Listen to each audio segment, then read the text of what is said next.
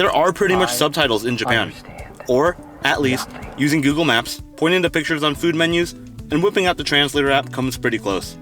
Not joking, if you ever run into an issue at the train station, those Japanese rail workers will just whip out an iPad that translates the conversation in real time. Their adaptation to using cutting-edge technology is one of the things I love most about Japan. Psych! They're still using tax machines over there.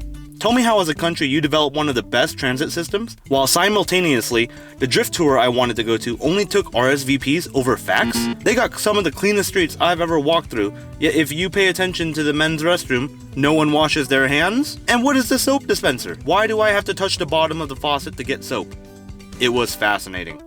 I always knew I had to visit to see the futuristic glow of the city juxtaposed with the neighborhoods that seem like they're from another time. Land of ramen, overworked salarymen, and anime. I have always wanted to go to Japan, but soon after my first trip in 2023, I soon realized that there was so much more I wanted to do and not enough time. This is how I spent the last 2 years traveling to Japan as I try overrated and underrated attractions around the country, like an authentic onsen, this iconic shrine hike, and nerd out at the Pokemon Center and Super Nintendo World. Oh my god.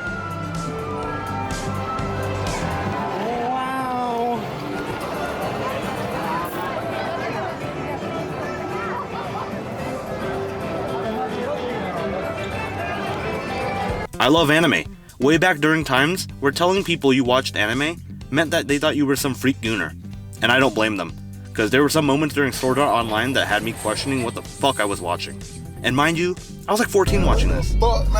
Besides the anime mommies with big bosoms though, I loved the way Japan was portrayed in these shows, from the cherry blossoms scattering in the air, to the riverbanks where you would find students coming home on a summer evening, to the hustle and bustle of daily life in the city, as well as the peaceful serenity of riding your bike along the river.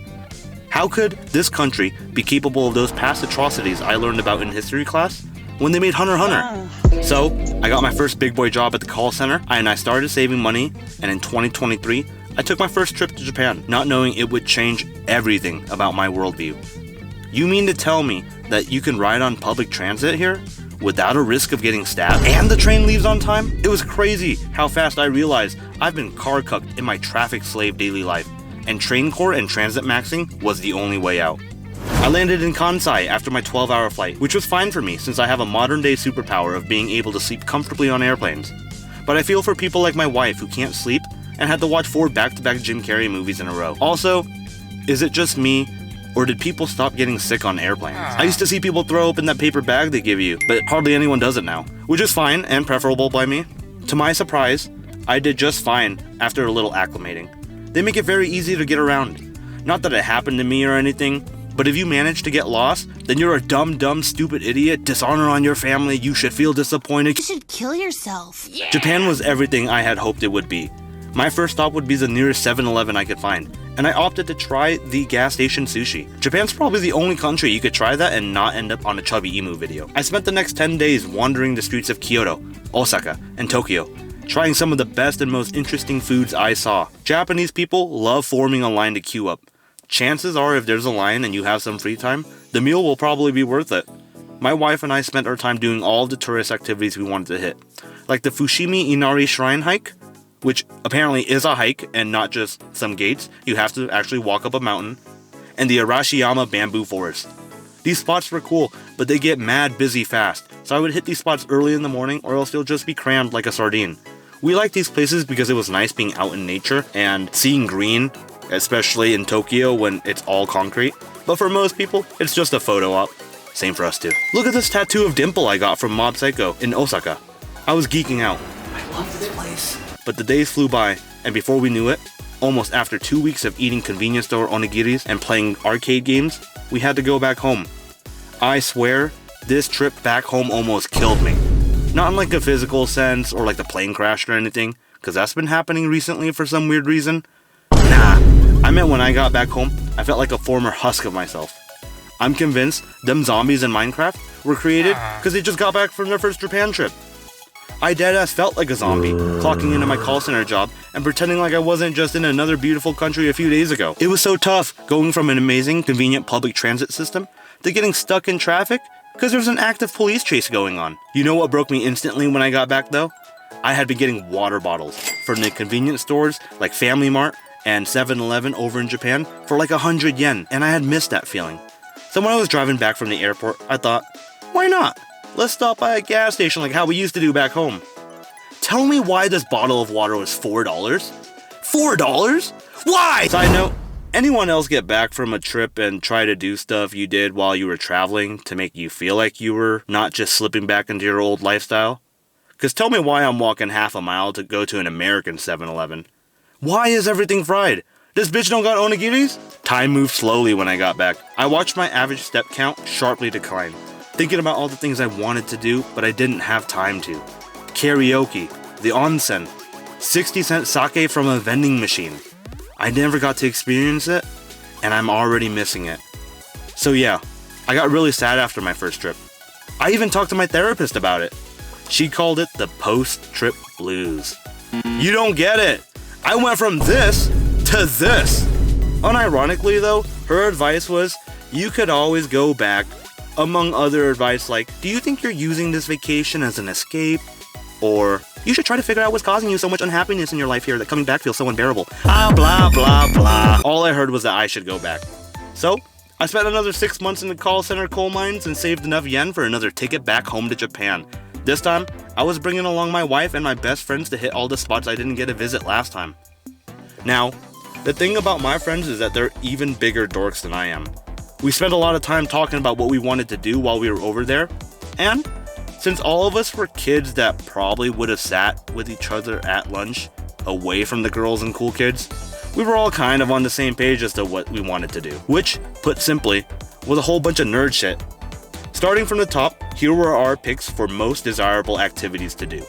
Akihabara, video game arcade bar, Pokemon Center, Super Nintendo World, the ONSEN. Okay, maybe it was just me pushing for this one. And a whole lot of drinking. Here's kind of how that went. Akihabara, first stop on the list, the anime and retro game mecca. Honestly though, this place was overrated as fuck. The strip is not a huge area. The figures you can get there are usually more expensive than other places like Nakano Broadway, simply because the scalpers know this section is a tourist trap. And there's a legion of cat girls in maid outfits trying to solicit anyone walking by to go to their maid-themed diner. Okay, maybe that one's not so bad.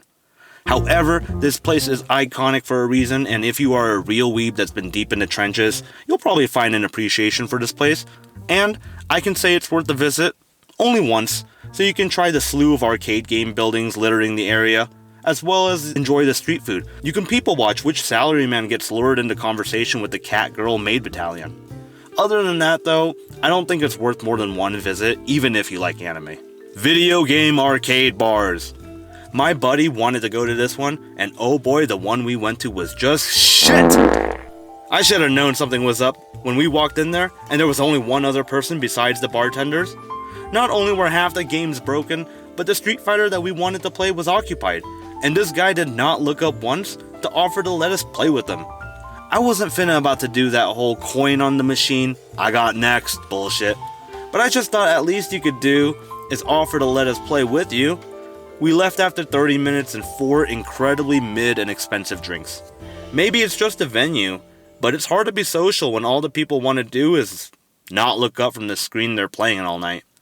But I can't imagine it'd be much different back home either. Pokemon Center and Nintendo World. These two places were so cool. Pokemon Center is a little overrated. To be honest, it's just in the middle of a shopping mall, but it had so many cute Pokemon plushies and cool merch stores surrounding the area that it passes the vibe check. They had a lot of other stuff too from other franchises. One Piece, Jujutsu Kaisen, I even saw some Cause figurines up there, so I would recommend saving some money if you like this stuff. Now, Universal Studios Japan was on another level. From the anime-specific rides to the whole parks like Super Nintendo World, built to immerse people in the world building. Super Nintendo World actually didn't have any rides worth noting. The only note was actually, they were pretty bad. All the lines are super long, and they were boring, and they were all targeted for kids. I would say you would probably be fine skipping any rides in this park if you're over the age of 13. But it was worth going in for me, just because it was so freaking cute to see how they built everything. Plus, they had minigames that you could play and an app that you could download so that you could see your progress as you collect coins and achievements as you walk through the park. This whole thing was pretty much an expensive gimmick, but an enjoyable one. Be warned though, this park gets packed and it will be pretty busy pretty much any day you visit, so make sure you arrive early. Here's a tip though, Universal Studios Japan is awesome because if you arrive early at the start of the day, you can make time for all the activities you purchased on your pass.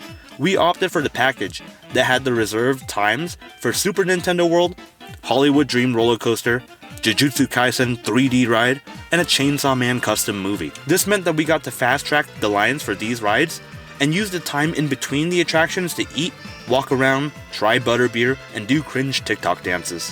Hands down, the best ride we did that day was the Hollywood Dream Roller Coaster.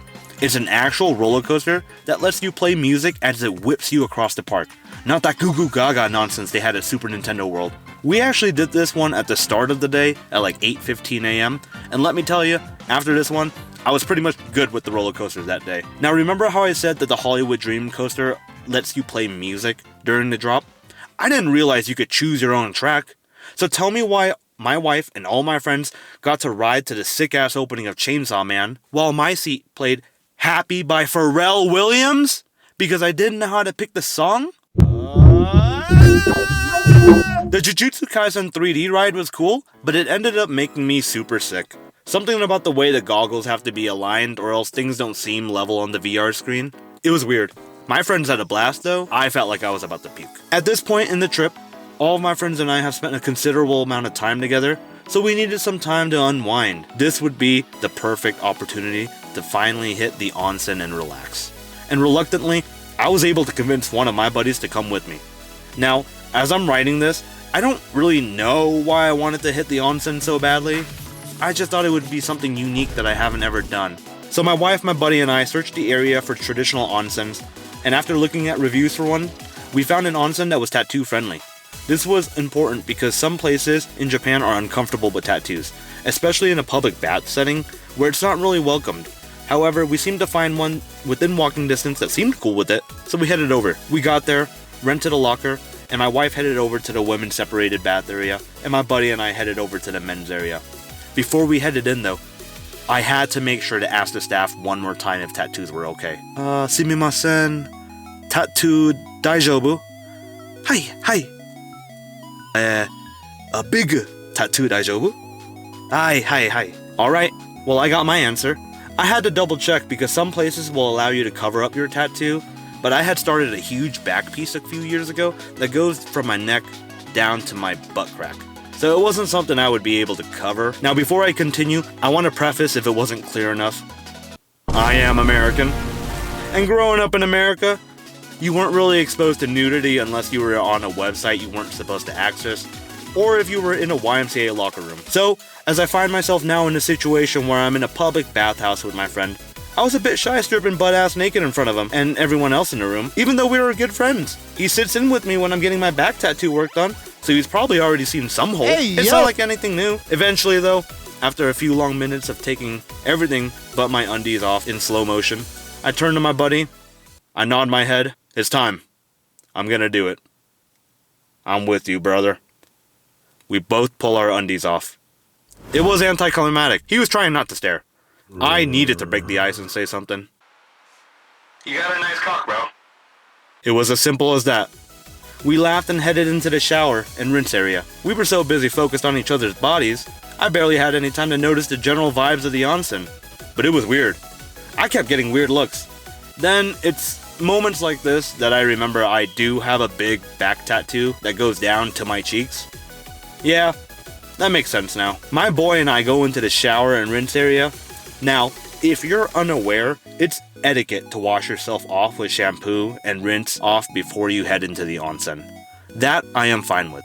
What I am not fond of is why do Japanese people have to do it sitting down? The water spout to rinse yourself off are like 3 feet from the ground.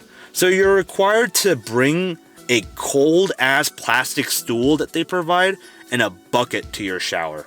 You gotta plop your balls right on that cold, hard plastic stool as you scrub down and rinse yourself off by filling that bucket of water and pouring it over yourself. My hole definitely touched that stool, and I can bet you they do not clean those off like they should. It shouldn't need to be said at this point, but my boy and I were in fact washing off next to each other. Once two men look each other in the genitals and decide to remain friends, that is now a bond that is pretty hard to break and will last a lifetime. However, once we got into the actual onsen, it was very nice. I can see why this is a lifestyle here. The water was incredibly hot, and we had the bonus of whatever tub we decided to hop into.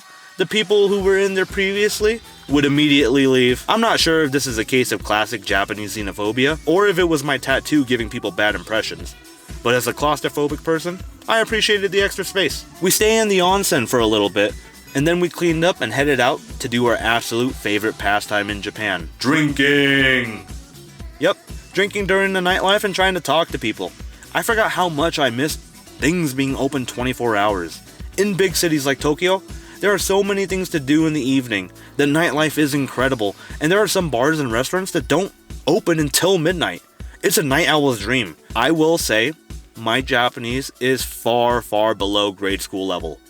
Think 2-year-old child that's only ever watched Boruto. But Japanese people are almost condescendingly kind when it comes to speaking the language. You pronounce with even an ounce of effort, and they'll hit you with the, "Oh, Nihongo jouzu," which means your Japanese is good. And I know it's not. We all know. But it makes me feel good, and oh boy, I was farming them. When I tell you I was trying to fish this phrase out of everyone I talked to like I was collecting infinity stones. I even started out doing this totally quirky thing where I collect business cards. Because let me tell you, everyone in Japan has a business card.